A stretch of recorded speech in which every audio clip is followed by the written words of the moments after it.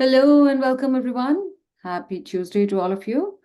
We're really glad to have you here today for our next Devon and Beyond webinar. Our topic today is going to be Oracle Cloud Operations, where you'll learn about some tools in Oracle Cloud Infrastructure. We'll give you an overview of automation, resource manager, monitoring, notifications, O&M, and much more. You know that these webinars are hosted on Cloud Customer Connect, which is our Oracle community forum for customers and end users. If you're not already a member, we invite you to create a free account, join in discussions, post questions, and look for upcoming events on trending topics. My name is Renu Bhatt. I'm a program lead with the Customer Enablement team, and today I'm joined by cloud engineers Olivia Ferda and Joey Hall. We are also fortunate to have Lynn Lewis join us as a panelist. He'll be answering your questions in the Q&A panel. With that, I will hand it over to Olivia. Thank you, Renu. So hi, everyone. I'm Olivia Ferda. I'm a cloud engineer on the customer enablement team. And today I'm joined by Joey Hall. So I'll be taking you through the first portion of today's presentation. And then Joey will be covering a few more slides. And then at the very end, we'll have a demo for you all. And then as Renu mentioned, we also have Lynn Lewis on deck, who will be helping with questions throughout the session. So please feel free to post them in the Q&A chat as we go. All right, today we'll be covering an intro to Oracle Cloud Operations. So we'll be touching on what that is, going over some key tools, and then also hopping into demo. Before I dive a little bit deeper into the agenda, I did want to point out, so we do have our core series here, so our webinars. But we also do have our hands-on series. So if you want more hands-on experience with the different tools in OCI, this is a great series for that. We also do have the Cloud Native Launchpad.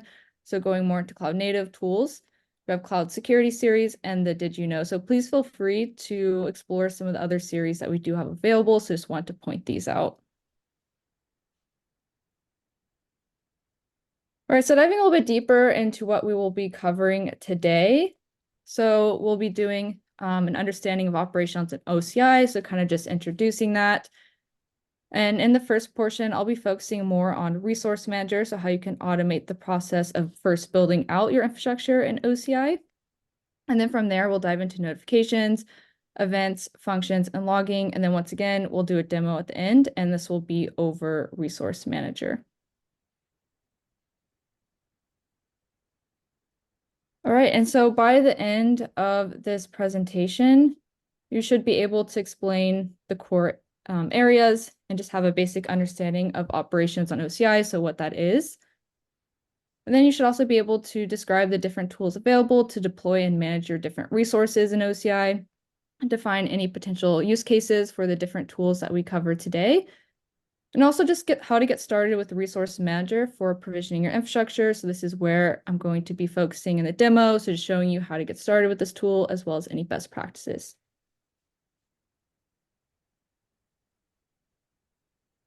All right, so first diving into what is cloud operations.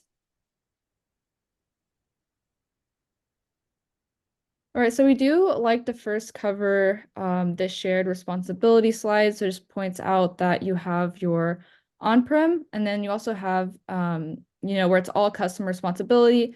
And then as you go from infrastructure as a service or IaaS to software as a service, you'll see that the customer responsibility and the cloud service provider responsibility or Oracle responsibility will shift. So you'll see that outlined here. So it's just good to know for any security or compliance reasons. And then also, I just want to point out an overview of all the different, or some of the different OCI resources. So you have compute, storage, networking, database. So these might be some of the resources that you're building out as you're working in OCI. So today's session is going to focus more on how do you automate the process of building out these different resources. And then from there, once you have your resources built out, how do you monitor them or keep track of your different resources. So that's what we're going to be focusing on today and the different tools that will help you achieve that.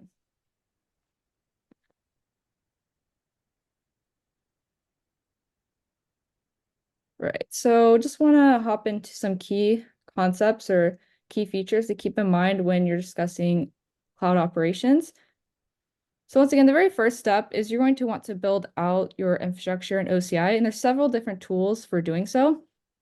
So you can do Terraform or Resource Manager. So Resource Manager is more of Terraform as a service.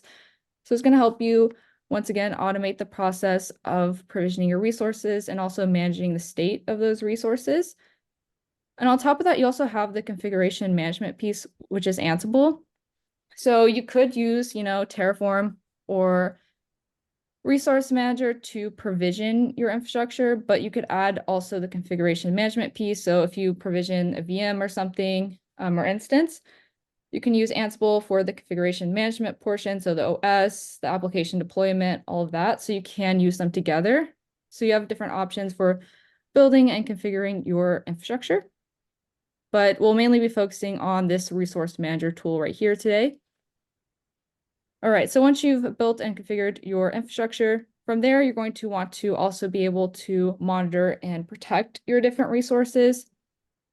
So today we'll give a brief overview of observability and management, or O&M, and some of the different tools there. We'll look into monitoring, so how you can monitor certain metrics for your different resources. So if you have an autonomous database and you want to monitor features or metrics such as CPU utilization, you can use a monitoring service for that.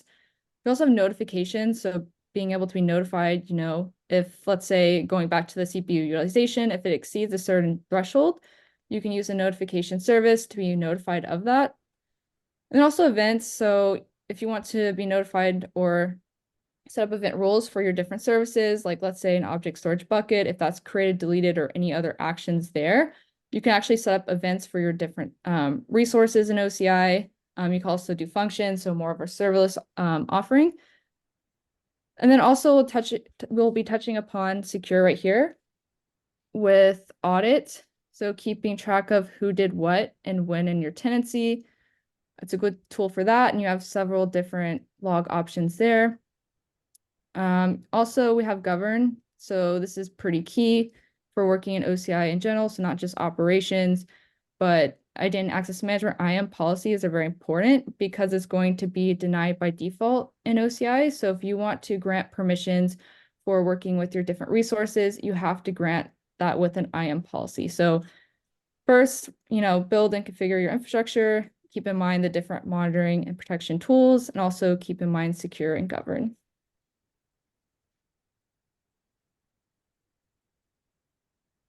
Right, and so diving into monitoring and management, because these are the 4 areas that we're mainly going to be focusing in on today.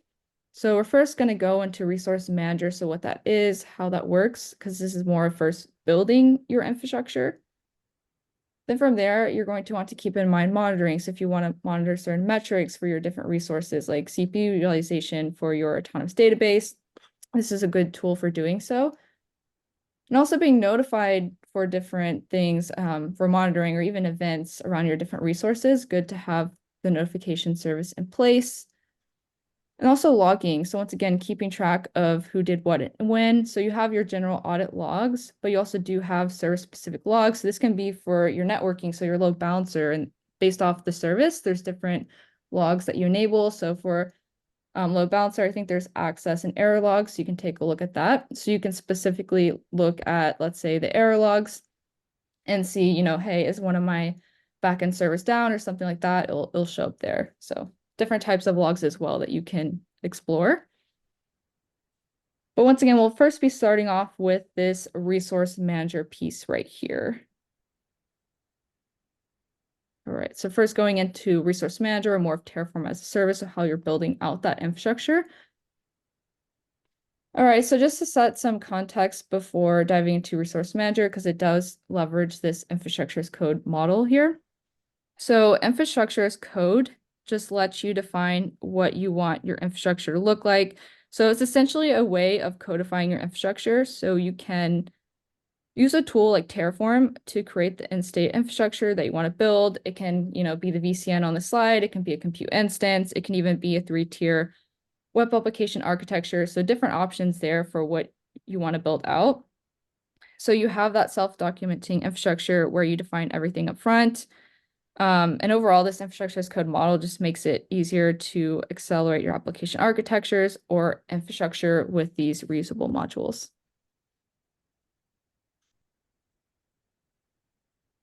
All right, so here's just an example diagram. So we're going to be kind of adding the different tools that we covered today into the mix, but we've added resource manager right here. So if you want to build out this infrastructure right here, you could use resource manager to do so. All right, so diving into what resource manager is and how it works. So Resource Manager is a fully managed service that lets you provision resources on OCI using Terraform. So once again, it's like Terraform as a service.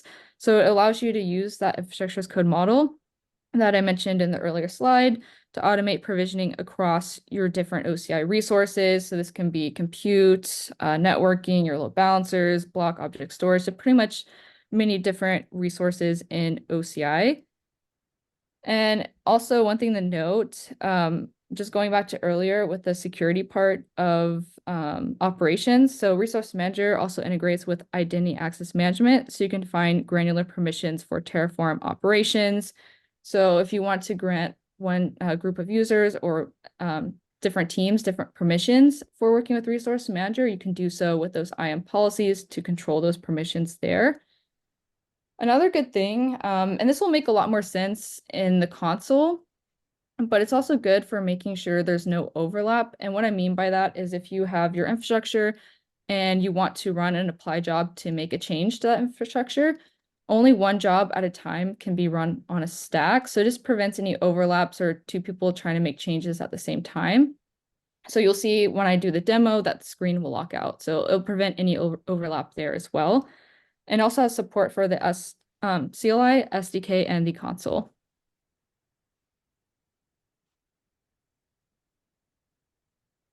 All right, so now diving a little bit more into how Resource Manager works.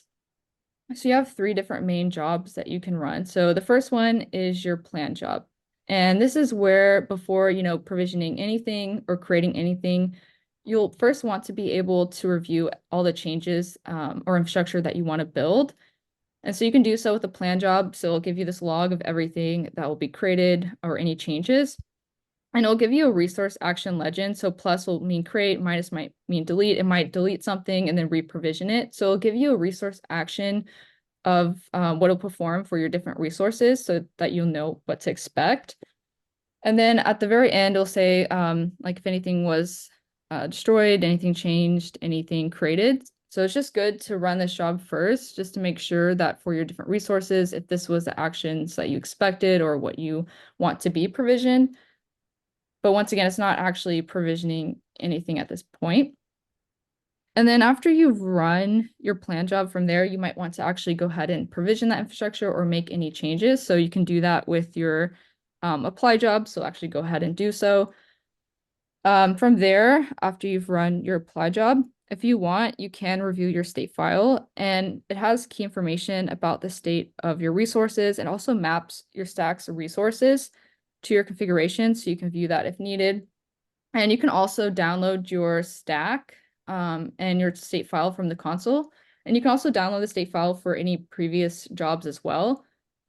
So I'll show you how you can do that. So you can view it in like Atom or Visual Studio.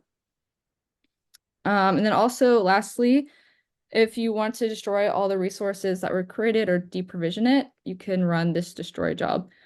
But really, it's just three main steps or jobs where if you want to plan the infrastructure, you can run this plan job, make sure everything is good to go, actually apply those changes, and then lastly, destroy if needed. And this just goes back to the earlier slide where I was mentioning only one job at a time can run on a given stack. So if you're running a plan job, destroy job, or apply job, only one job can run, so the rest of the jobs will be locked out until that job completes.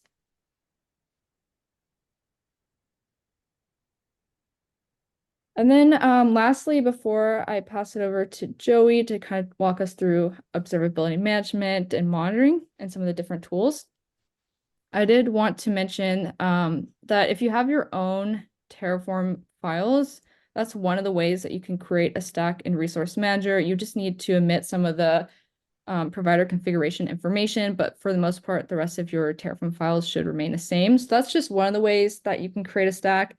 And then also there's 3 other options as well. So I'll be walking you through that. And then there's also another way outside of the Resource Manager console where you can create a stack. So I'll be walking you through the different ways that you can do so. But if you already have your own stack, no worries, you can pull that in.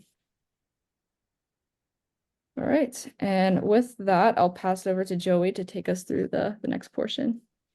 So now that you have your infrastructure provisioned, right, we set up automation to provision our different types of infrastructure, whether that's through maybe some reference architectures we found or something we built out ourselves and maybe duplicated with Terraform and controlled with resource management.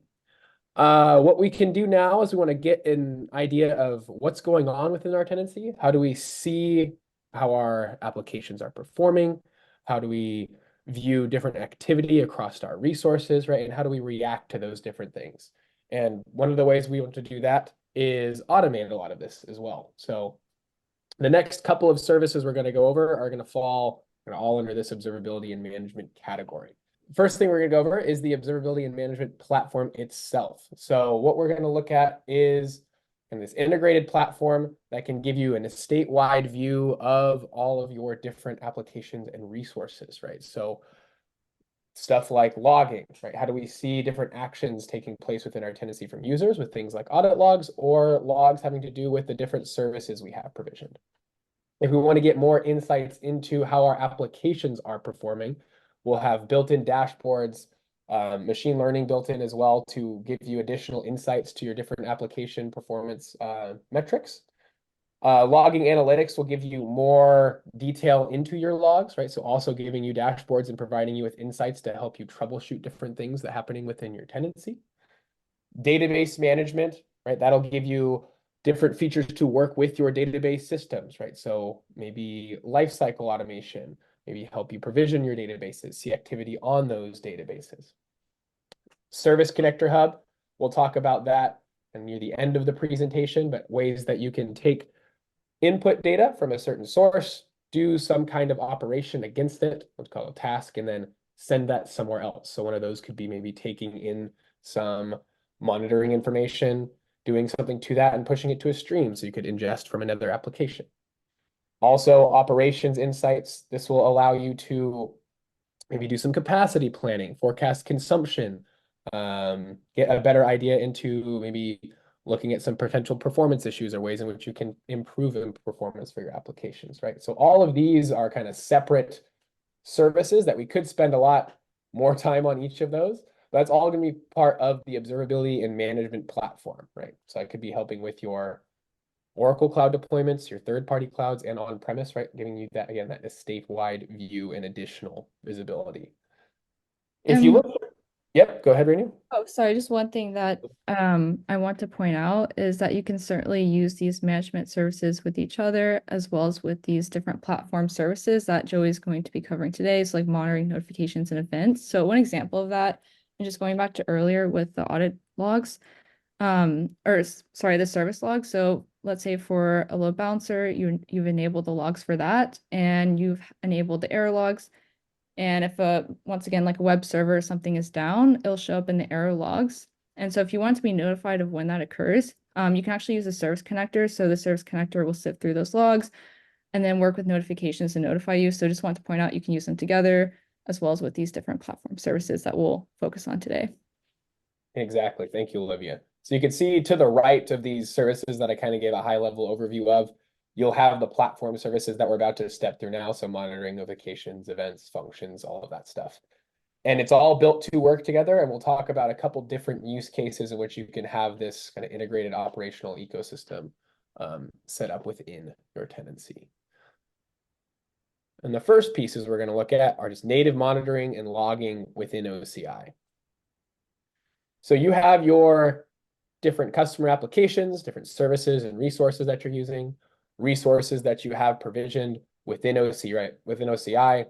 All of that is going to have some raw metric data that's going to be aggregated, so emitted from those resources and aggregated for you to view within the console.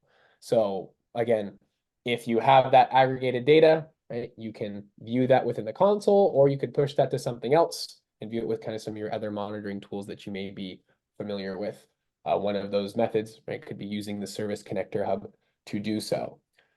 Within your metrics, you'll have the ability to set certain thresholds based off of when you want to be notified of certain metrics, let's say running hot, like CPU utilization here, right? We have a metric set up for 85% CPU. If it's above 80, we want to be notified of this and want an alarm to be triggered.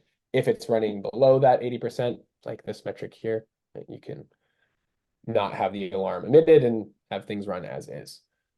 You have the ability to configure these thresholds with a lot of different metrics, right? You just see CPU here, but you could use those with a variety of metrics depending on the resource you are looking at. And then one of those ways you can be notified is going to be through the notification service that we're going to be talking about later. It does show Oracle Cloud Console down here. So you can view metrics for monitoring via the console, but pretty much anything you can do in the console, you can do via the APIs and command line as well. So if you're more used to navigating through those methods, right, you can still gather these metrics and view those from there.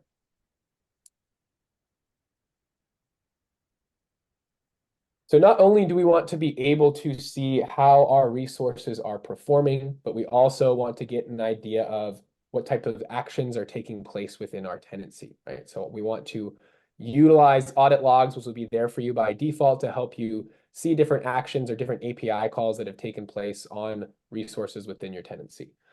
Those will be available to you right off the bat, but your service logs, some of those you'll have to go in and enable for you. So the service logs, depending on this type of service, you'll be able to go in and choose whether or not you would like to collect and view logs for those resources. So for example, different OCI native services like API gateway, events, functions, load balancing, object storage, right? Anything having to do with your network. You could go in and choose what type of log you want to enable. So for example, for your virtual cloud networks, right, you could have VCN flow logs enabled. For your load balancers, you could enable error logs, or you could enable access logs, right? And both of those could be stored for you to view. If audit logs and service logs don't cover kind of the whole scope of what you're trying to collect, you also have the ability to utilize custom logs. So custom logs could be from your custom applications. They could be logs brought in from other cloud providers or even your on-premise environment. You're just going to ingest that through the API. And then you'll be able to use those and view those within the OCI tenancy. So it can come in importing custom logs. And as mentioned, you could also export these logs to third parties as well to consolidate and view.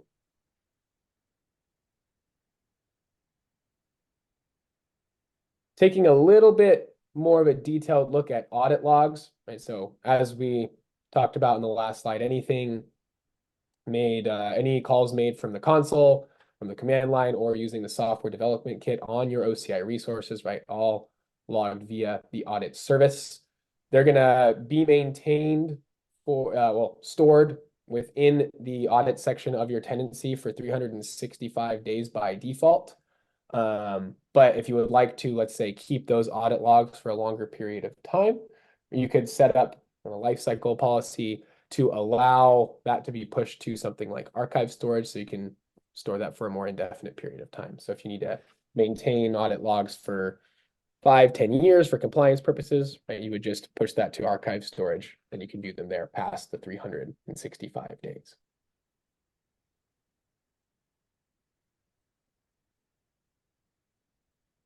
And that's some of the stuff that you can kind of gather and help gain visibility into what's happening to your resources. But now we want to be able to set up some automation and be notified of what's happening, and then be able to take action based off of those different inputs. So events, notifications, and functions are all going to work together to help you achieve that automation. First piece here, we're going to look at our events. So events are just going to be a structured, schematized message that denotes a change in a resource. So lots of things could be categorized as events, and you will utilize these rules to basically say which events do I care about and how do I want to trigger it, like which ones do I want to trigger an action from. So if you see down here on the chart, right, you have anything like a life cycle change or a system event, right, you'll get to determine what type of event you want to trigger. And then you'll get to choose what you want to do based off of that, right? So if somebody, let's say, changes the object storage bucket from private to public, and I want to be notified of that. Let's say somebody edits, or let's say someone stops the compute instance from running, and I want to do something based off of that. Really, any change in a resource that you have, you could trigger a rule from. And the action, right, this is what you can do based off of that event trigger. So if I want to, let's say, just notify somebody of something, right, I could set up a notification to be triggered via email, SMS, Slack, PagerDuty, right? Whatever is supported by the notification service. And then you could have some kind of message denoted saying, we would like X to be done because this event was triggered. You could write to a stream as well. So if you wanted to, let's say, based off of some input, take that information like monitoring or logging information, push that to a stream, and then have that ingested by something like Splunk, right? You could build that into this as well. Or if I want to utilize the functions service, right? Functions is a good way to build automation because you are just scripting out your application without having to worry about any of the underlying infrastructure. So they can do a lot of small tasks within your tenancy as well to help facilitate automation based off of what you script. It does take some more configuration, but it is a good way to kind of automate different actions within your tenancy.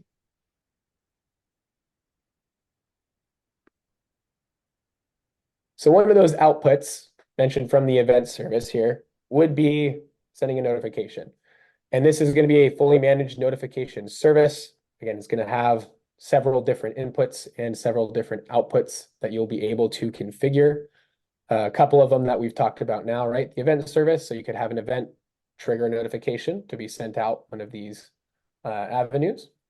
Also with monitoring, right, we talked about those thresholds and alarms. So that could also be an instance where you would like a notification to be sent out to tell somebody about that resource running at that above the desired threshold. And then you can also utilize the service connector hub, which we'll talk about again at the end, or have an application trigger notification, right? The kind of built-in pieces for the ways you can send out notifications, right? You could have your email addresses, you could trigger functions, PagerDuty, Slack, but you could also use custom HTTPS endpoint. So if it's not one of the other avenues, you could utilize that custom URL and then send out that avenue as well. It just takes slightly different setup process for that.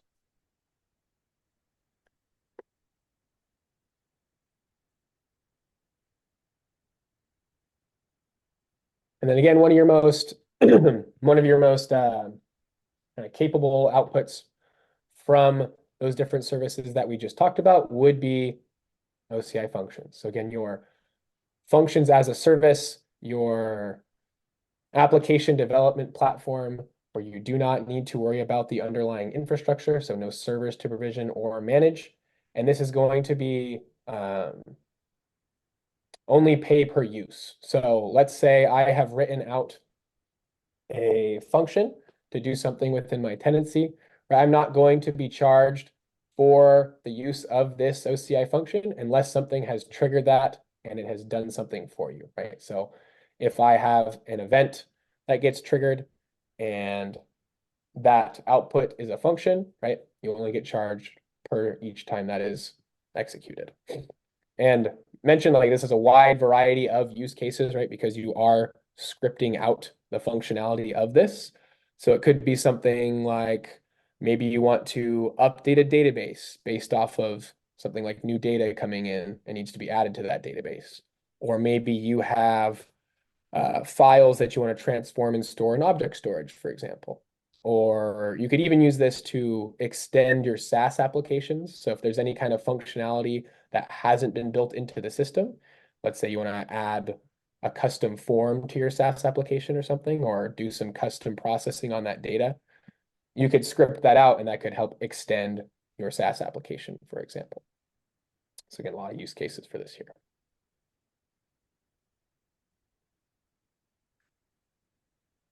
And are there some maybe pre-built functions or functions already ready that we could use? And if so, do you have some examples of that? Yeah, so most of the time you will be scripting out your own functions, but there are some that are already there ready for you to use. One of the useful ones has to do with budgets and quotas. So you could have one of the pre-built functions will allow you to zero out the quota for a particular compartment. So if you set that up, you'll just state which compartment you want this to be done for. And then it could, if you hit a certain threshold of your budget, right, you could zero out the quota and stop those resources from being provisioned, for example. And that's already there for you. So you don't have to script it out. You just kind of have to pick the parameters for it to do that.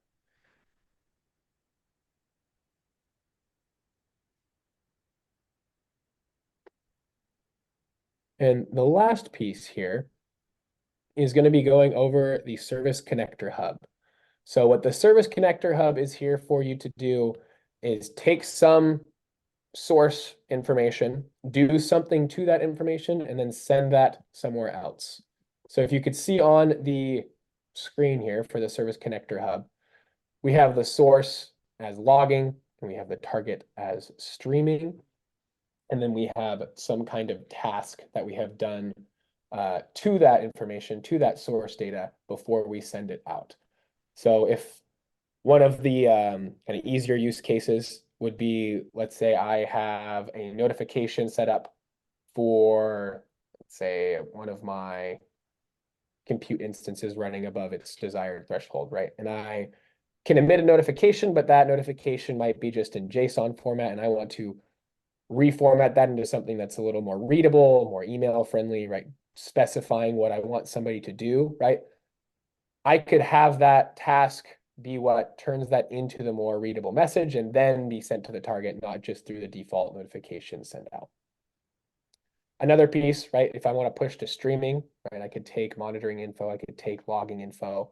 I could use that, push that to a stream and then ingest that somewhere else. So also a very common use case for this, right? So integration with other third-party tools is going to be useful here. And then another piece would be object storage, right? If I want to archive something, so from object storage to archive storage, or take information like audit information and push that to archive storage, right? I could use the Service Connector Hub to do that as well.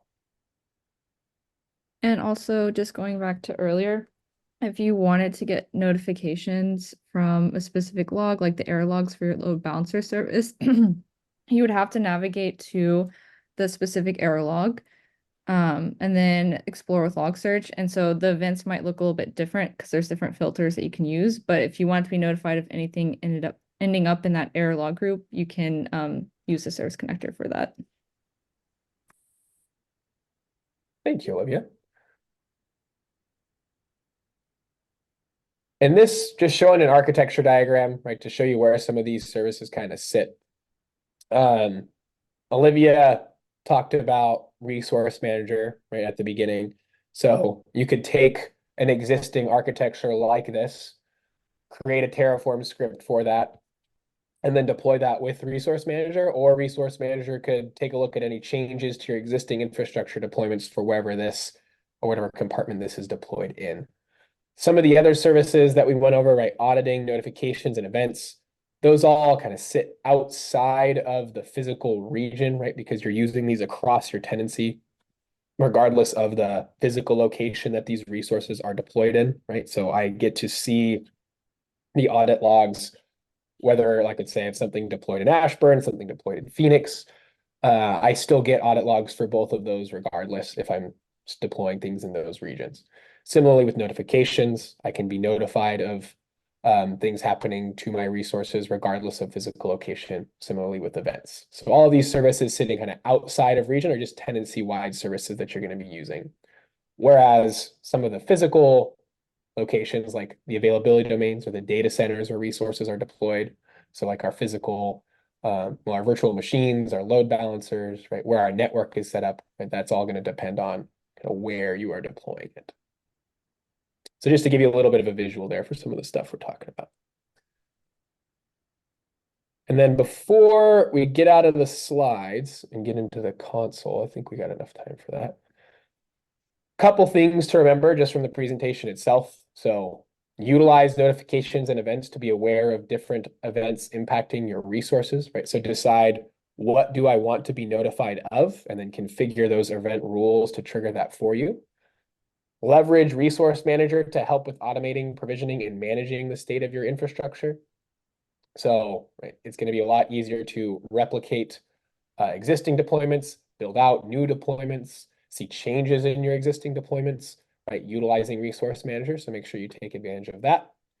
And then the observability and management platform that I kind of went over when I started my portion of the presentation, right? So besides the native services that we talked about, the native capabilities in terms of monitoring, notifications, events, functions, streaming, right? The observability and management platform is going to give you a lot of additional insight, additional dashboards, again, the machine learning built in to give you additional insights beyond what you just see on those existing dashboards to start with, as well as maybe even some recommendations to improve your deployments depending on the service that you're using, right? So if you can leverage that as well for additional insights. Anything I missed there, Olivia? Or are you good to head into the console? Nope, I think you covered it. Perfect. Then I will kick this back to you. Thanks, Joey. So yeah, I will be covering a resource manager demo. So hopefully everyone can all see the homepage of the OCI console.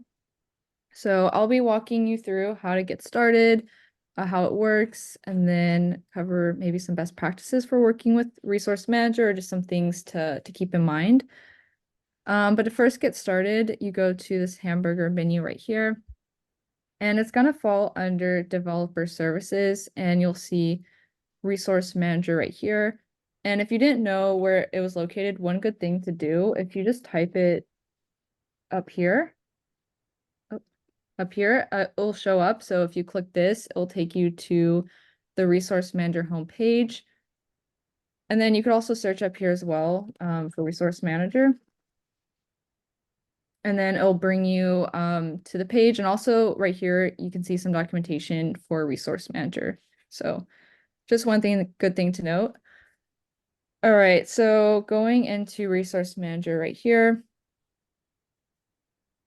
So this is a great overview page for getting started with Resource Manager if you're brand new to the tool or just want to stay up to date. So you could take a tour and it'll walk you through some of the different key features right here. And then as mentioned earlier, there's different ways of creating a stack. So that stack is just a collection of all your different Terraform files for the infrastructure that you want to provision. It could be a compute instance, it could be a VCN, it could be, once again, an application, like a 3-tier web application. So we'll be diving into that a little bit more in a moment.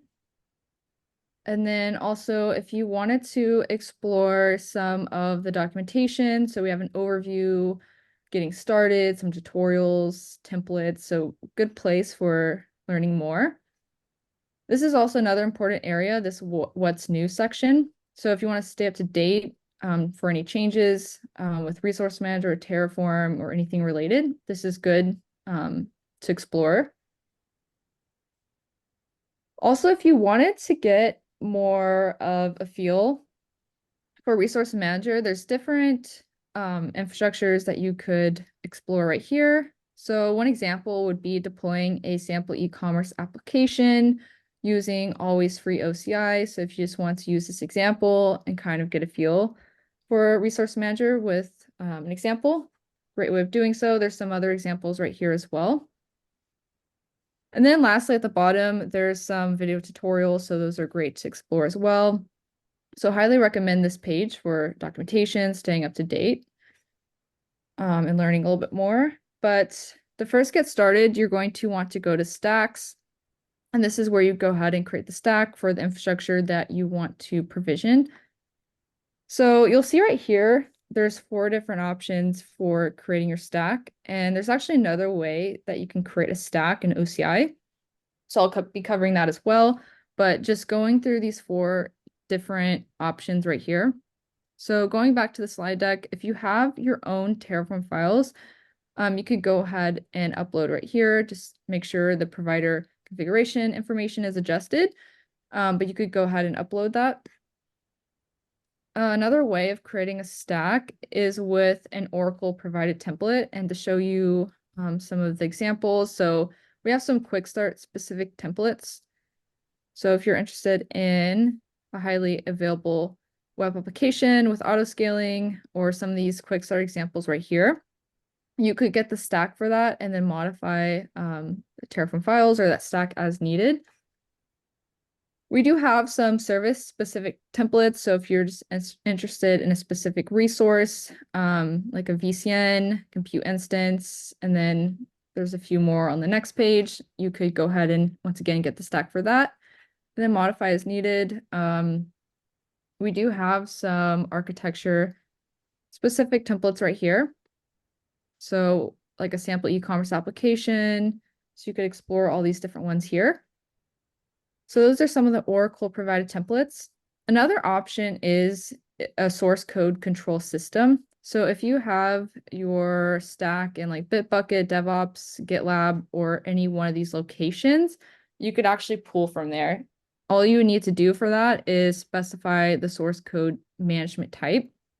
And just depending on the type that you select, it'll ask for some different information, but that is an option.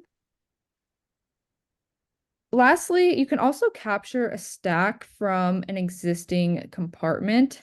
And how that works is you select the compartment that you want to capture the stack from. So I'm just using this compartment right here. You would specify the region for resource discovery. And then from there, you can get the stack for all the different Terraform provider services in that compartment you selected. Or you can pick and choose. And there's tons of different services to choose from. So you can create a stack for pretty much any resource. So if you just wanted the stack for the database resources in that compartment, you can go ahead and do so. So you can pick and choose, so it doesn't have to be all the different resources. So you can do it that way. But just to recap, once again, if you have your own Terraform files, you could select from there. You can also do an Oracle provided template. So there's architecture, quick starts, and service specific templates that you can leverage. We also do have the source code control system. So you can pull from like Bitbucket or any of these locations here if you have your stack located there. And then you can also create a stack from an existing compartment. So you just choose the compartment and the resources. So it can be all the resources or just specific resources like database or something. All right, so once you've selected your stack option right here, all you need to do is give it a name, a description, and where you want to create the stack.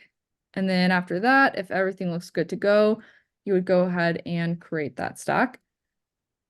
All right, so before I dive into a compute instance example right here, I did mention earlier that there's another way that you can create a stack in OCI. So if you go to pretty much any resource in OCI, so it could be a compute instance, networking, database, etc. So if I go to a compute instance and I go ahead and click create instance and I fill out all this information right here for my instance, I'll see at the bottom that I can just go ahead and create this resource as is, or I can actually save it as a stack that I can then leverage in Resource Manager. And so you may have seen this option before, so that's what this save a stack option is referring to. So just another way that you can go about creating a stack in OCI. All right, so hopping back into Resource Manager. So we're going to go into our compute instance stack right here. And once you hop into your stack, you'll see this is where you'll find your 3 different jobs. So you have your plan, apply, and destroy job that we saw in the slide deck. And just to give you an idea, or just to show you that only one job at a time can run on a given stack. And so this is just good to prevent any overlap, that there's not 2 changes being made at the same time. So if I go back to stacks and then go back into here, Let me just refresh that real quick. We'll see that all the other jobs are locked out. So it'll remain locked out until this plan job right here completes. But this is where you find your different jobs. And then also you'll find any previous jobs listed here and the type, the status, start and end time. And if it's apply or destroy, you'll see the state file for it, but for plan you won't because it's actually not making any changes. So let's just take a look at a plan job just to show you what that will look like. All right, so as you're running a job, you'll have these logs generated as it's being ran. So in this case, there's no changes in this plan job. So I'm going to go to an earlier plan job. All right, so you'll see these logs being generated. You'll usually see something like Terraform has been successfully initialized. And you'll see a resource action legend right here. So in this case, it's just going ahead and creating all these resources. But if it was performing any other action, like deleting that resource or deleting it and reprovisioning it or any other action, it will outline it for you right here so you know what to expect. And you'll see Terraform will perform the following actions.